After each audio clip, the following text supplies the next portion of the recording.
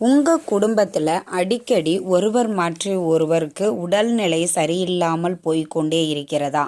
அடிக்கடி மருத்துவ செலவுகள் வந்துக்கிட்டே இருக்குது அப்படின்னா, இப்போ நான் சொல்லக்கூடிய பொருளை உங்கள் வீட்டிற்கு அருகில் இருக்கக்கூடிய கோவில்களுக்கு தானமாக கொடுங்கள். என்னென்ன பொருட்கள் அப்படின்னு பார்த்துடலாம். முதல்ல பார்த்தீங்கன்னா விரலி மஞ்சள்.